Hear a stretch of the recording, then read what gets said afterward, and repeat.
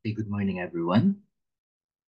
Today, we will be having our lecture, which is a sample proposal presentation via online because the teacher will be having a sick leave due to a one-day checkup at Adventist Medical Center, Bacolod, via an orthopedic medical doctor. So, we will be contented with a lecture that will be streamed through YouTube, of which the access line or the details will be printed, will be shown in your group chat. So again, this is a continuation of purposive communication lecture number 7 on group proposals, and we'll be presenting in a little while the sample proposal presentation, which I promised you that I will be tackling this coming Monday. Okay. Now, before we will continue, there are some important concerns I want to discuss with you or announce to you as we are nearing the end of our semester. First, the teacher cannot meet with you today as what I am telling you earlier, okay, because of his checkup with his orthopedic doctor. I have been telling you that I have a painful right shoulder. So that's why I was scheduled for a checkup. This has something to do with the right arm injury that I have suffered. Today, your class will be online via YouTube lecture, and the link will be shown in your group chat. Now, necessary instructions will be given here for our class consumption today, of which, before I forget, there is a posting in your group chat regarding the last few segments of our class, the last few topics we will take. Okay, and the deadline for the things that needs to be passed, please check your group chat for this. Again, please consider these, dear students, as urgent announcements. Now, by the way, the teacher already posted, the deadline of your final exam requirement. Please check the GC for this. That requirement I was telling you earlier, that will be group of 4s, 4 person per group. Okay, please try to start with it now because the deadline is fast approaching. All you need to do for this final exam requirement is to make a proposal letter, the one we discussed last meeting, and a group proposal output, of which we will be discussing that today. But the good news is the examples for both of these, the proposal letter and the group proposal output, are all located at the last part of your green book. Okay, try to check it. You have the samples there. So I only need the two of this to be passed for your final exam credit. Okay, today I will be showing you the PowerPoint presentation of a proposal, but you are not required anymore to make a PowerPoint presentation. Please be clear with that. Now, one very important announcement so that you will not get lost. Next meeting Wednesday this week, we will have our midterm exam during our class time. So bring your pencils with you at 7:30 a.m. Wednesday. Then you will be announced. If there will be no place of announcement, then we will have it in our classroom. But if I will announce something in the group chat, then we can have our exam somewhere more comfortable. So wait for the announcement of the rooms. But we're sure this coming Wednesday, we will have our midterm examinations, which will be our last written examination also for this subject. Now, what will be the coverage of the exam? Coverage of the exam will include everything that we have taken during our lecture in the classroom, except of course lectures 1 to 3, which we have already taken in one exam and will not be included anymore. So again, only from lecture 4 until the last lecture that we will have, which includes the lecture that we'll be having today. That will be the coverage of our midterm exam. Again, remaining schedule of classes are all posted in the GC, so check it there and be sure not to miss any of these remaining class periods because this will have high regards on your grade. Again, I am very sorry I cannot be in class today due to my medical checkup. but this lecture video will take the place of my lecture. Okay, so I guess all announcements were said and done. Okay, we are now ready to go to the proposal presentation. Again, this is only a sample. This is a presentation I made from the presentation based on the example of the green book. So you can open your green book, last page, and then look for the group proposal output. And this is the PowerPoint presentation. This is a sample of what you will do if you'll be doing actual proposals. Okay? So again, this is not included in what you will pass as a final exam requirement. This is only a sample actual proposal if you have to do it professionally already in the near future, dear students. So my proposal is, I want to propose to the CPAC administration an 80 to 100 seater classroom, okay, a proposal of campus improvement by Prospero G. Gonzaga Jr., your presenter this morning. Okay. Now, the objective of my proposal will be to explain the salience of the proposed 80 to 100 seater classrooms. Okay? Number 2, proposal objective, determine the events and the happenings that led to the conceptualization with specialized classrooms. Number 3, perform guided demonstration regarding ineffectiveness of multi-sectioning level to academic resource depletion. Number 4 objective is demonstrate possible setup of the new classroom that will determine the capacity of saving resources for the institution. Okay, next, augment quality learning without tasking the teachers too much with preparation and less too much preparation with and evaluation materials, I mean. And lastly, connote formal large classroom setup with better socialization among students to determine or to terminate walls of seclusion from each learners. Now, to give you a little background why my objectives are like this in an 80 to 100 seater classroom, I noticed that most of the classrooms here at CPAC are all small classrooms, even smaller than the standard 30 to 40 capacity classrooms. Now, if you notice, we have subjects like PE and STP, okay, even English and math subjects, of which students are being handled by different teachers in different classrooms. So, if you can just imagine, we are spending a lot of teachers to teach these students which are taking the same subjects. On the contrary, we could have grouped them only into one big classroom and then limit the number of teachers that we have. Another problem of the teachers here, dear student, is they have to prepare different exams for different sections. Example, you have 100 students. Okay? This is already good for 3 to 4 classrooms. So you mean the teacher handling these subjects will prepare 3 to 4 exams also because you cannot put the exam together.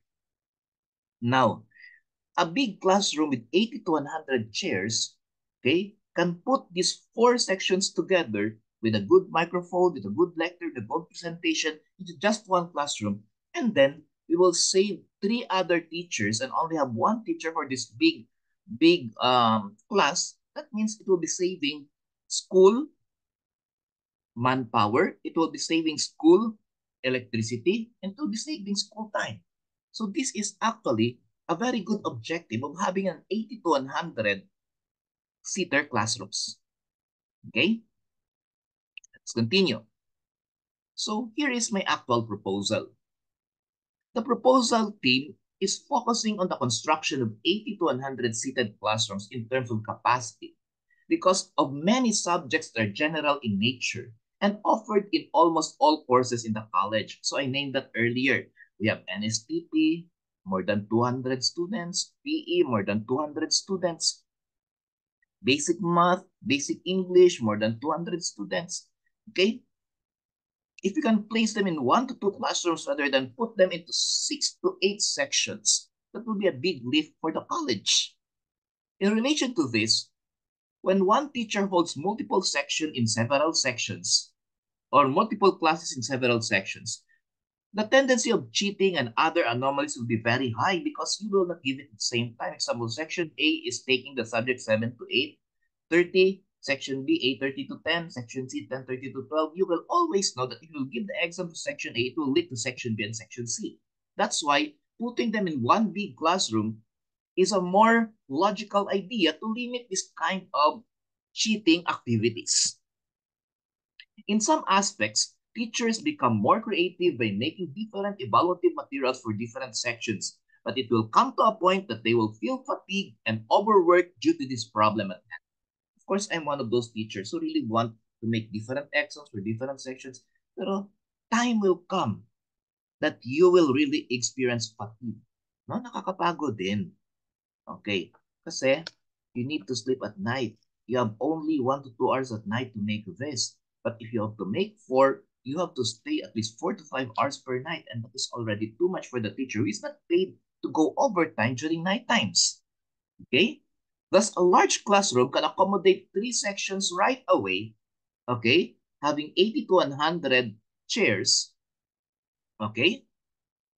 With only one teacher, and they will only be and they will only and they may even have evaluation there with good distancing. You may only add proctors. Another option is you will just separate them during evaluations. It's also a good option. But for me, a better option is you will just invite 2 other proctors during evaluation, which will only be 30 minutes of the class of the time.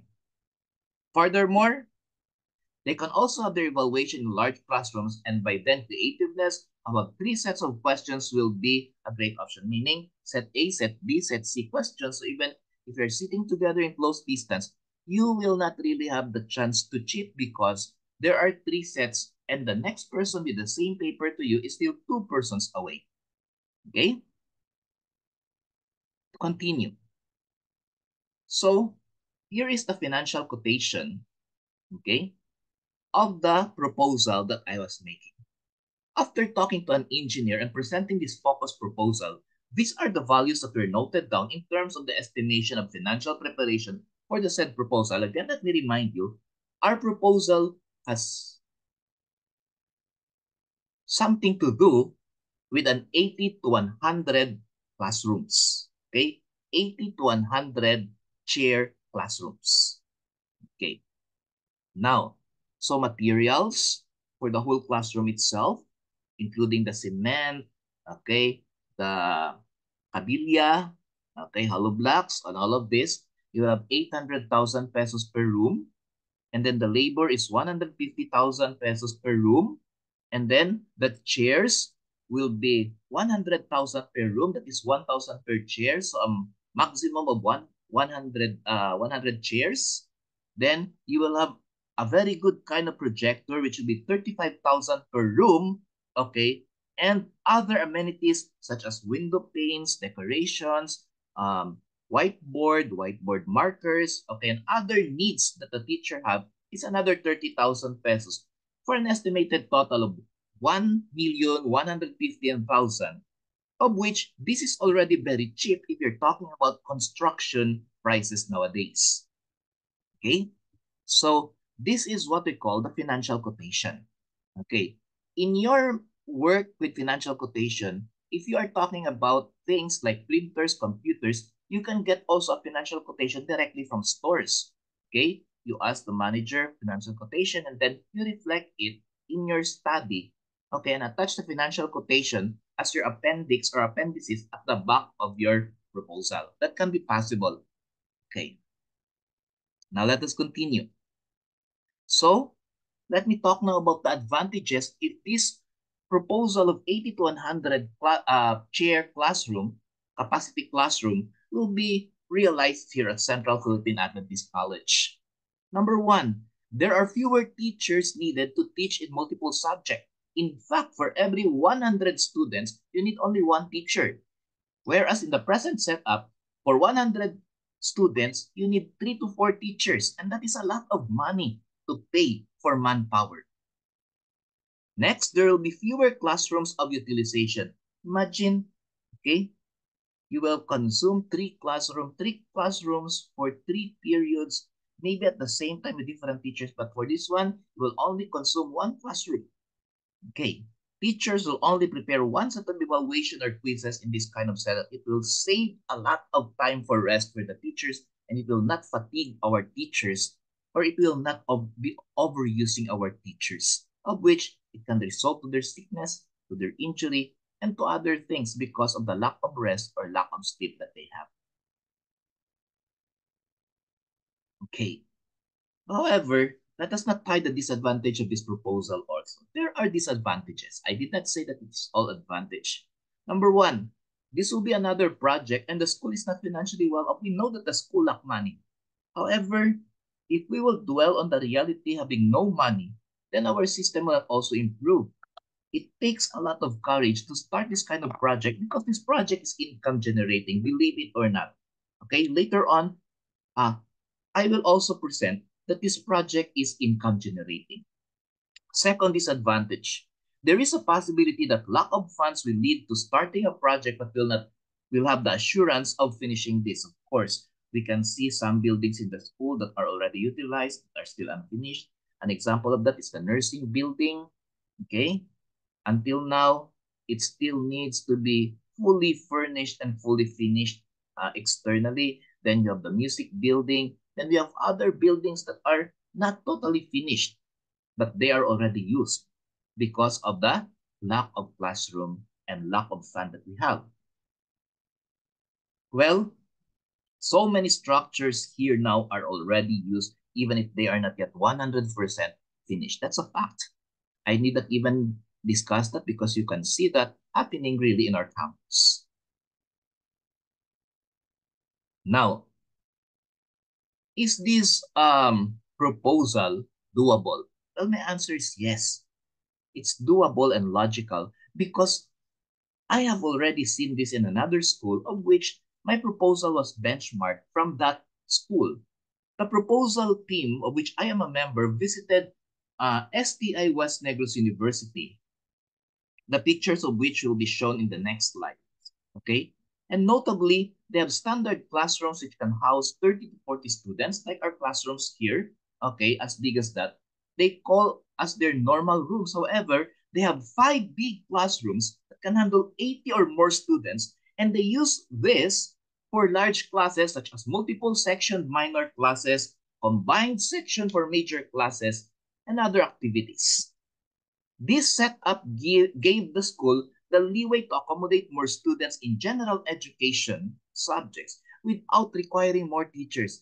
You can see the viability as well as the logic and the practicality of the proposal without requiring more teachers to handle them and more classrooms to cater them. Now, here is an example of the classroom in STI West Negros. If you can see, okay, this classroom is only close to 80 to 90 chairs. But imagine 3 sections can be housed here. Very comfortable, very well lighted, and there is that presentation. I think they even have two projectors there, and this is a very suitable classroom. 80 to 100 chairs. Another angle of this is shown in the next picture. This one. This is now the angle facing the classroom itself. Same room, different angle. If you notice, it's very nice, very spacey. Now, is something running inside your mind? What can we do with this room when there are no classes? Well, here it is.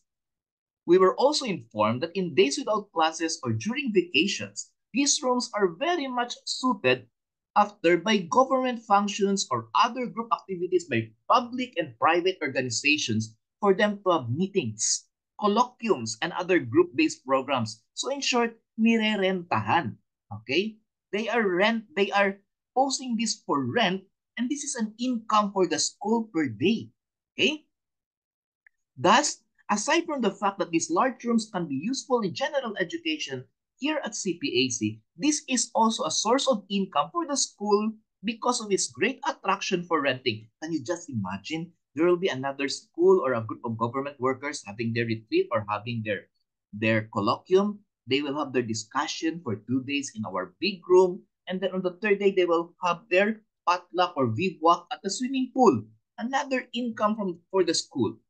So this is actually more positive than negative in terms of expenditure for the institution. Now, here is the appeal of our team. Education is not merely gain, nor it is only what can be done with the resources we have. Often, education should be treated as a great progressive moment that systems should grow and develop together with the needs of the time. The influx of students in the school, yet the inability of the system to recognize this one, results to multiple sections with overloaded teachers, often creating a negative result at the end of the disposal of education. First, let us go to the multiple sections. Multiple sections, of course, will have what?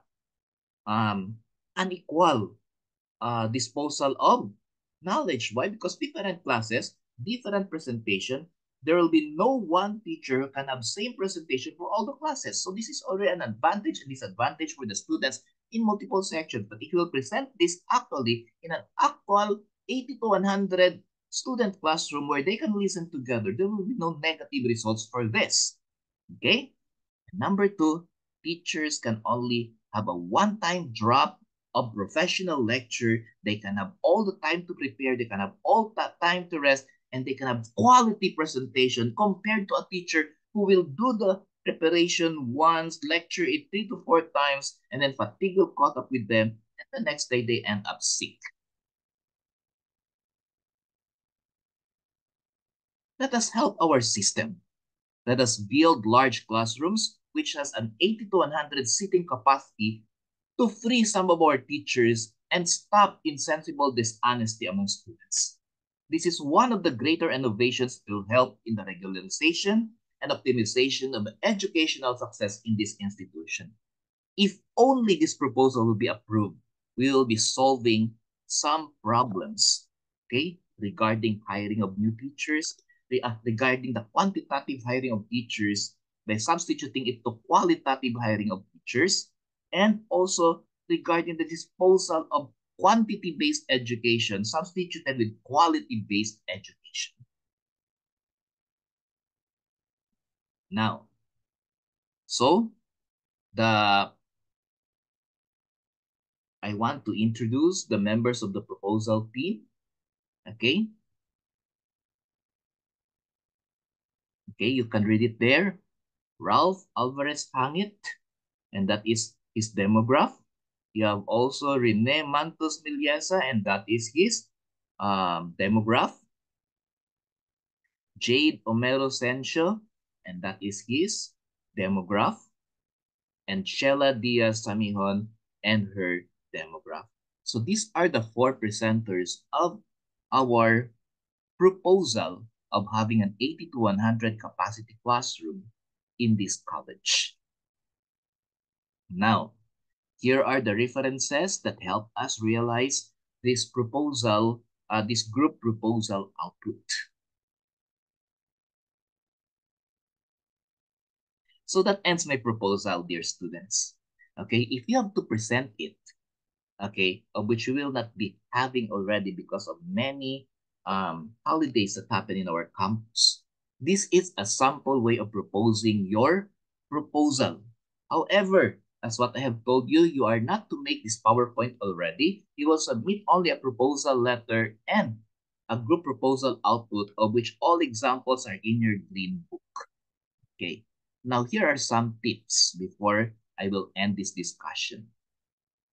Okay, if you have read already, if you have listened to this proposal lecture already, which we have online, okay, if you are done with the video lecture, you can initiate by meeting your group mates in the group that you form by force, okay, in the remaining time of the class, and then come up with your initial plans for the proposal.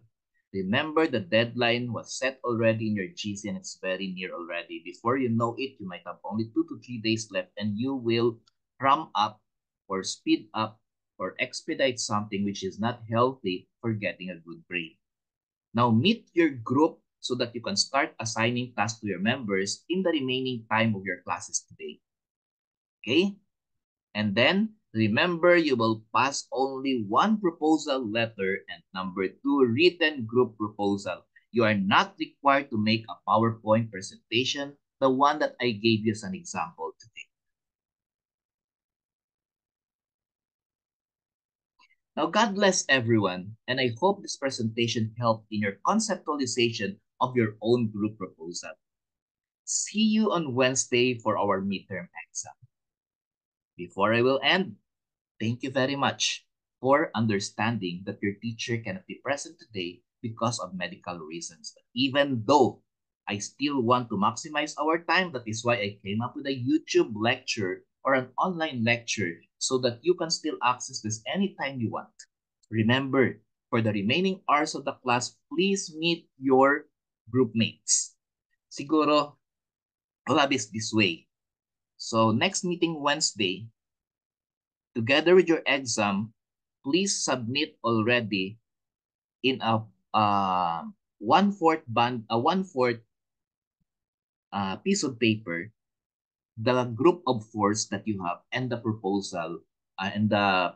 proposal that you are supposed to give. Okay, so prepare that next meeting. I will also get that during the exam. Once again, thank you very much for listening to our lecture.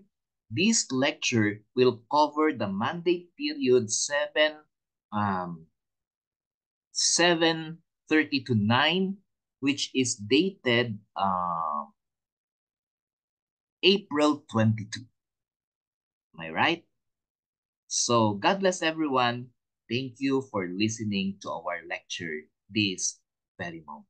This is Sir Noy Gonzaga, and this is Academia Gonzaga Systems presenting Purposive Education, lecture number 7, final lecture on group proposals.